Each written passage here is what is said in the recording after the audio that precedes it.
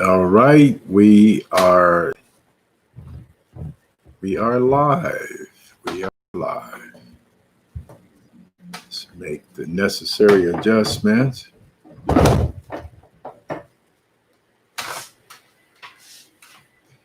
Good afternoon. This is Prophet Land Templeton. I want to thank you for joining us again today.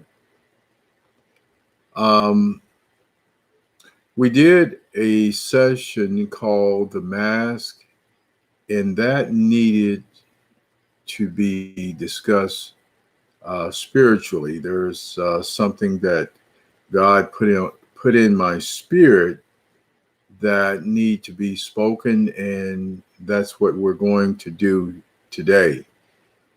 Uh, this session is called "The Masking of the People." The masking of the people.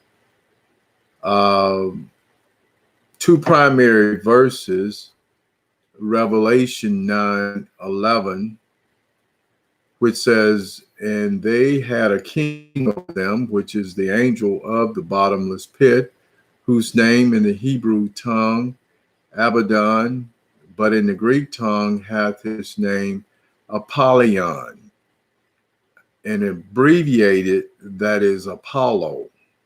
That's Apollo. Let me stop for a second and do some house organizing real quickly.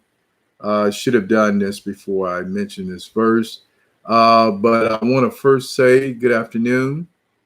Uh, like, subscribe, and share with those that you know are looking for a enlightened version of the word, a deeper study, a deeper walk. If you know of any who are looking for a deeper walk, a better understanding of the word, then it would be, I would appreciate it if you would recommend uh, this Sunday prophetic session, because that's who we're gearing toward.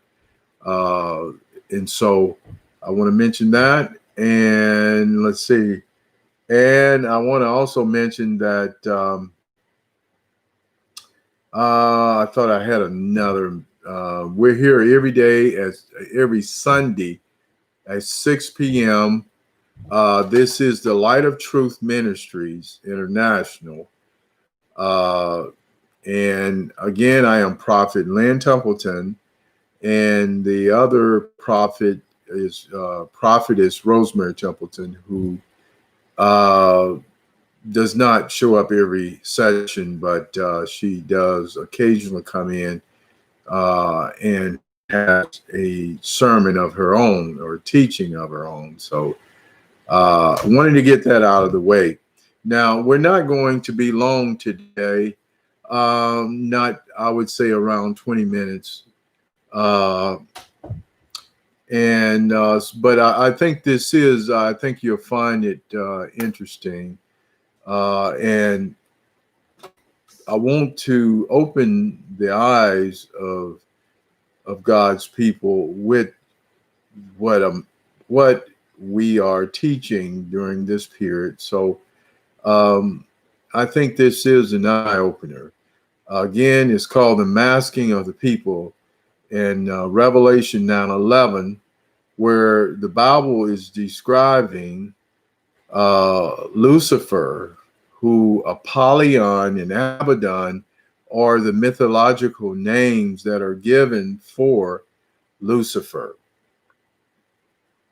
Um, and there are several other names that are traced back to Lucifer. One is Dionysus, another is Bacchus. You know, they have the Mardi Gras in New Orleans. They have a king uh, that they call Bacchus, but this is one of the names of Lucifer. And each one of these names has a particular characteristics of Lucifer. It represents a particular characteristic. Jupiter.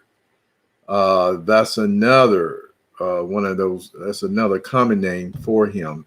And in ancient times, that they referred to Lucifer. And speaking of times, I mentioned about uh, Florence Nightingale. She followed Cassandra, uh, and Cassandra was a priestess in I think it was Apollo, in Apollo's temple. And again, Apollo is Lucifer. And this is where in the ancient times, they referred to him as one of those names, depending on the culture that it came from. Okay. So wanted to clear that up first.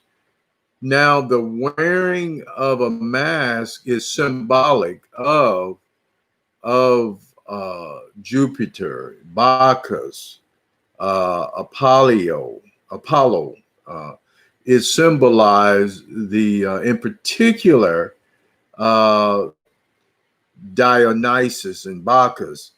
Uh, the wearing of the mask is symbolize him, and it says of Dionysus, the mask is him.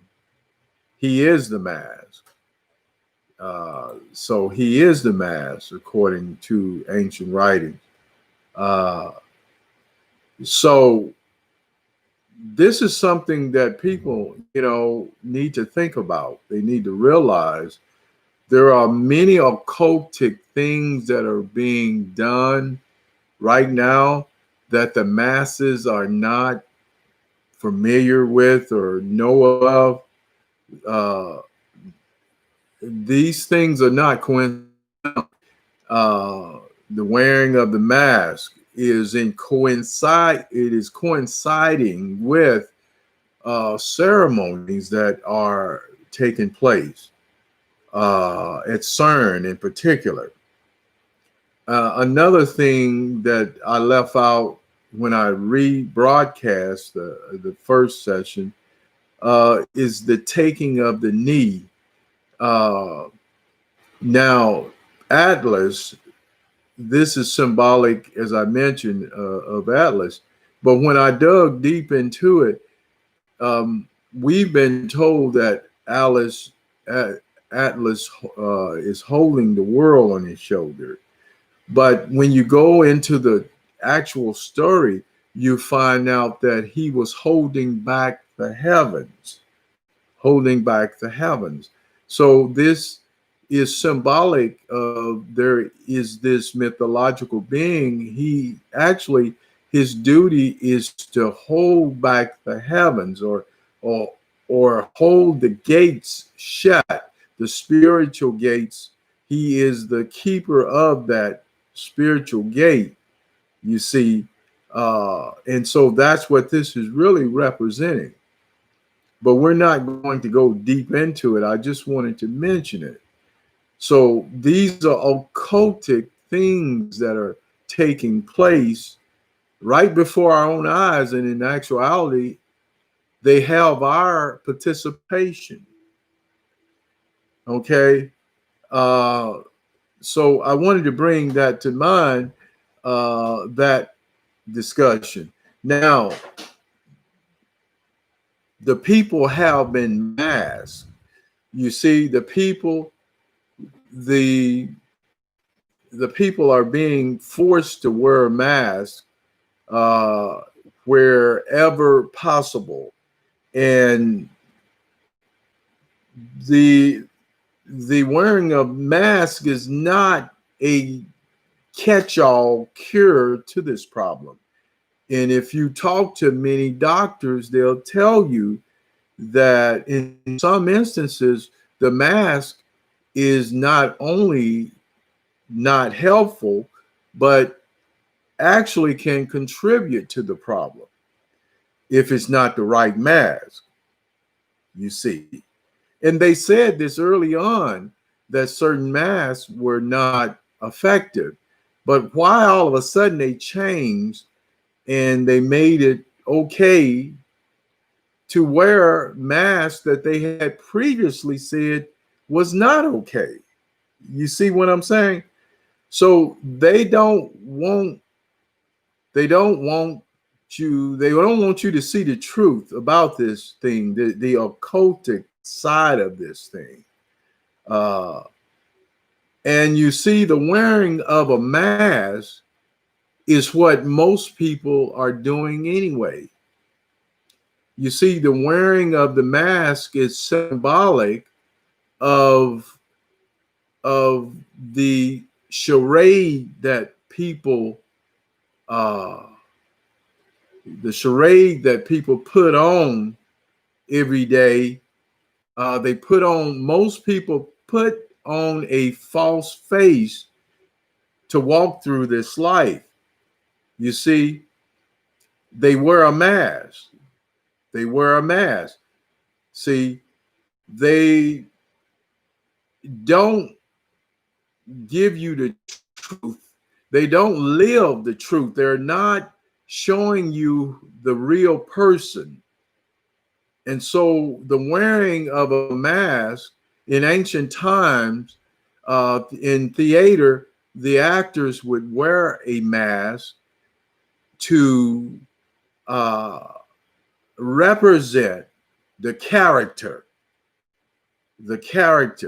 and the actor would sometimes perform in more than one character. He would just put on the mask of each character.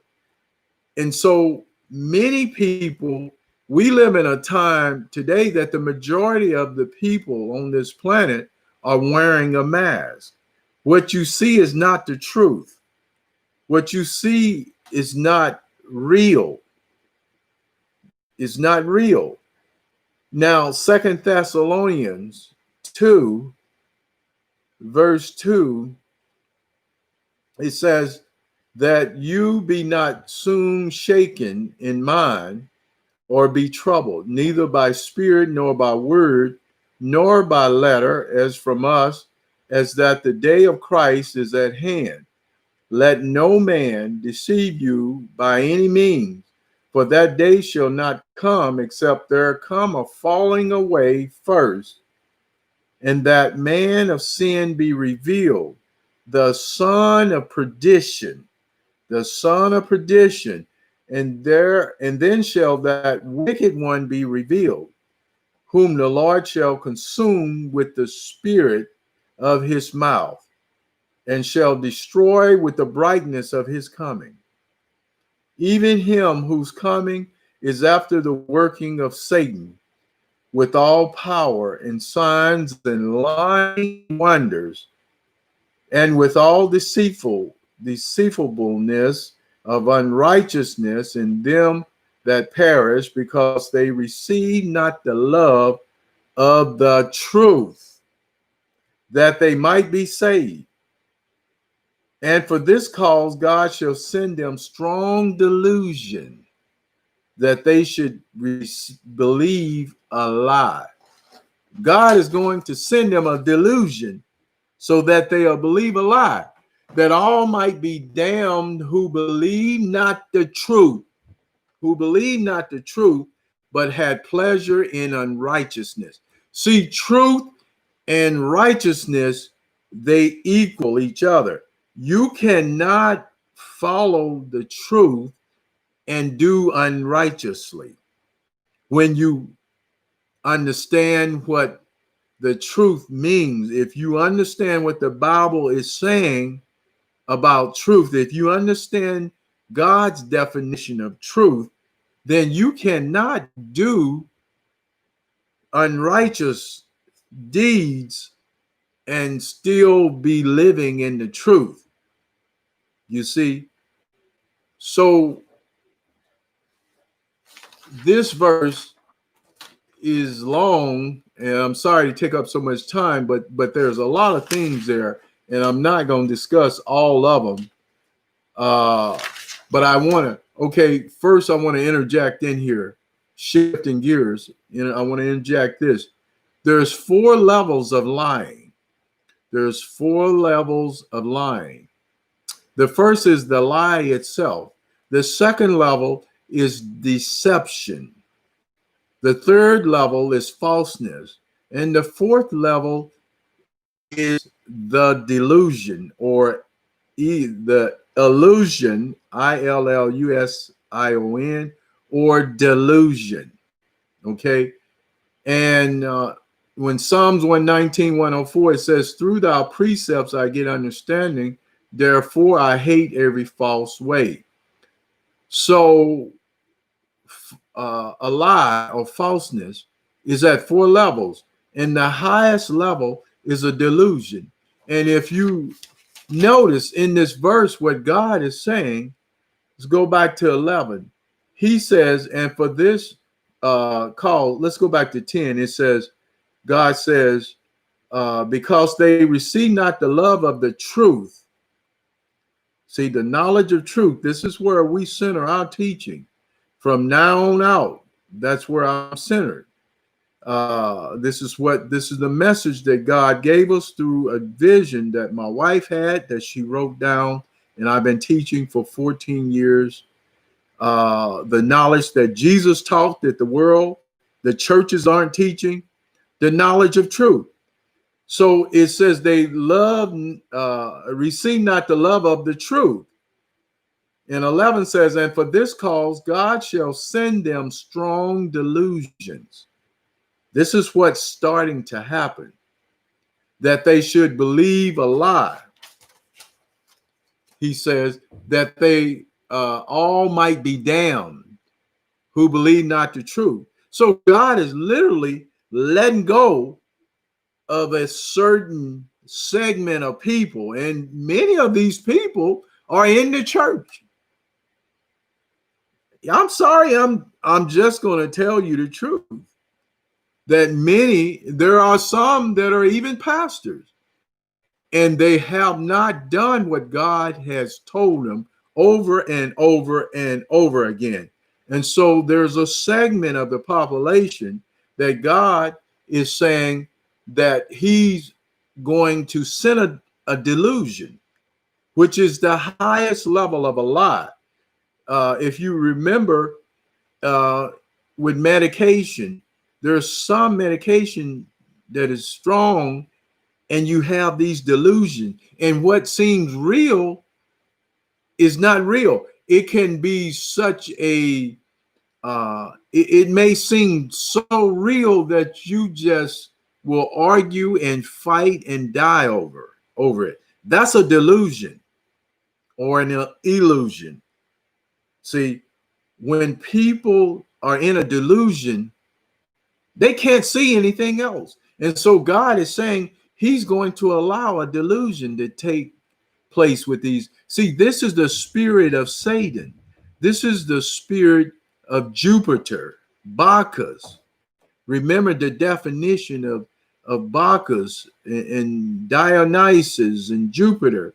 It says that he is the god of insanity, the god of wine and rebel rousing.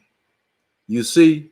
And so this is a spirit from the devil, and it creates a delusion in people's mind, and they can be sitting in the church and think they know more than the pastor, when in actuality they are in a delusion that they're not in their right mind, because they are not seeking the truth.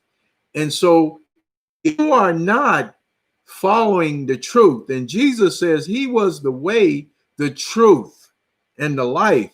So if you're not following the truth, if you don't have a grasp on the knowledge of truth, you see, the way of truth, then you are not righteous in your actions. You may think you are because of the delusion that you're under, but you're not. And so if you're not, God is saying he's going to let you go. He's going to let you go. And these people are going to be damned. I don't care what your title is at this point. This is God speaking. He put it in my spirit to tell the people about themselves. So you have got to get in alignment with the truth in order to be righteous. Before anybody can do any kind of sin, they must cast their truth down. You see, the truth has to be cast down.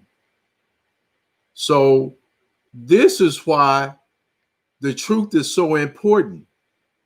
The truth is cast down before any sin is committed, no matter how small or how great it is. And so God is not playing anymore.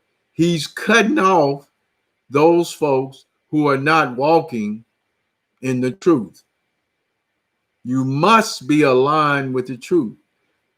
There is no salvation. I'm going into the final line, the final hall of this session. There is no salvation for those found outside of the truth. There's no salvation found outside of the truth. Many people have received a lie in the form of church false doctrines. Mark 7:7, it says, howbeit in vain do they worship me, teaching for doctrines the commandment of men. 1 Timothy 4:1 says, now the Spirit speak expressly that in the later times, that's the time we're in now, some shall depart from the faith, giving heed to seducing spirits and doctrines of devils. He's talking about the pastors there, doctrines of devils that have been teaching these doctrines, these sermons that are centered on these false doctrines that has led people to believe things that are unbiblical. And folks are living and believing all kind of unrighteous things, even in the church. Even in the church. And that's what Jesus is saying here. So if you can't align, if a person can't line up with the truth, true salvation cannot be brought to them. If you're not living in enough truth, I'll say it again, you can't be saved in the coming events. You see the events that are coming. And there's a prophecy that I got this morning. There's a prophetic teaching that I got this morning. There are things that are going to happen. There is something in particular before the end of this year. And when these things happen, there are a lot of people who think they're saved, but according to the definition of truth, they're not. And God is saying that if they're not lined up with the truth, he's not going to spare them. So I just wanted to bring that to the world. I wanted to bring it on out today because I've seen too many people believing false church doctrines that think salvation is something that's once saved, always saved, and all these other false doctrines that have been taught for years and years. And I knew they were wrong even before I was called. If you're not aligned with the truth, if you don't have enough knowledge of truth, you can't be aligned with the truth. And so it is the truth that is going to set people free. Salvation is going to be distributed through those who are walking in righteousness, to those who are walking in righteousness. So that's where we're at. I'm going to end there. We must align. In fact, I have been studying the truth for 14 years, and you have to stay focused because we wander. When you own a trail, you'll wander off and you have to get back on the trail. So the truth is, it is like a guiding post. It is like a guiding light. That's what it is. It's like a guiding light, and it continually corrects you. Righteousness is the result of a person walking in truth. So I'm going to end there. I'm going to end on that note. I want to thank you for joining us. And I pray that God cover you and protect you this week. We'll see you again next week. This is Prophet Lynn Templeton.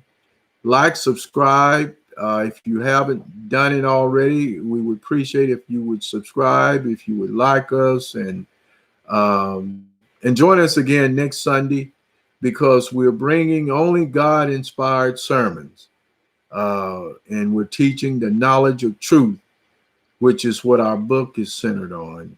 And I thank you again. We'll see you again next Sunday. So long.